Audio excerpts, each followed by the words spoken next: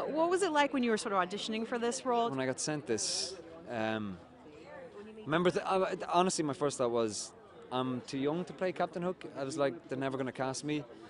So I went in sort of going, that's going to be the case, so I'm going to do whatever I'm going to do. And thankfully, the guys loved it. And yeah, I guess the rest is history. So. I auditioned, I read 2 scenes once and walked out. And apparently, according to Adam and Eddie, I scared the hell out of them. And it was pretty much a done deal after that. I know, honestly, it's been such a gift on so many levels. I've been doing this for a long time, so I'm beyond grateful. I was asking some of your actors about the auditions that they had and when they knew that they really wanted the part.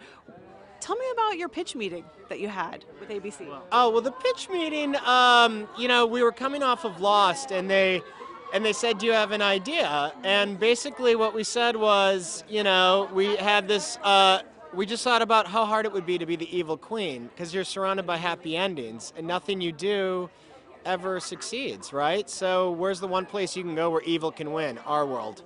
And that was the pitch. It's just one of those moments you'll never forget, where you're just like having a perfectly normal day, and then all of a sudden your normal day is completely not normal anymore, It was just, I'd always, known the show, and I know the boys, and they just called me and said, do you want to be on our show? And I said, yes, please. And my agent was like, but you don't even know what the character is. I'm like, don't care. And they're like, are you serious? I'm like, yep. I had no idea, but I knew that I was going to be a villain. I just had this feeling that they were going to make me someone just awful and naughty and terrible and wicked. I knew it.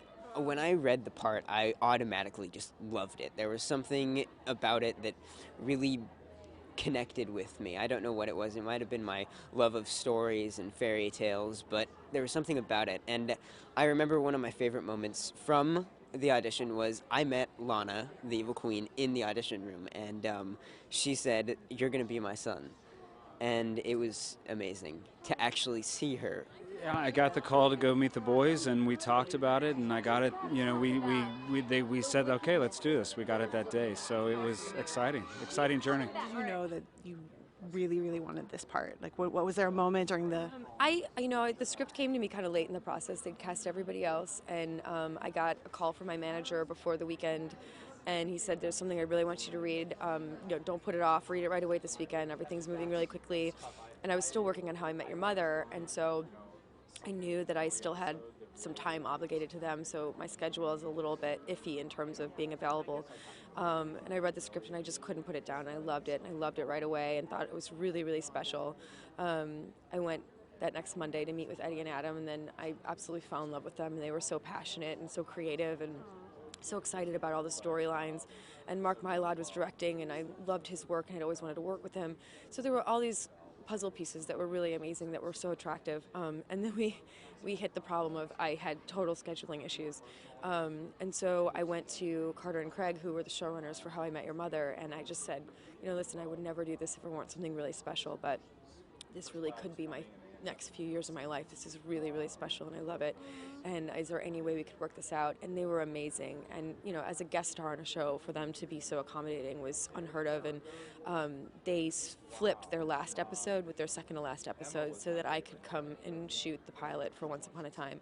And I was working on both shows simultaneously. So I'd fly here and work for a few days and fly there and work for a few days. And so they were kind of sharing me for, it's like, 21 days or something. But so many people were involved in making sure that it happened, and so many people put so much faith in the show. And it was a really nice feeling to feel so supported and encouraged in the process.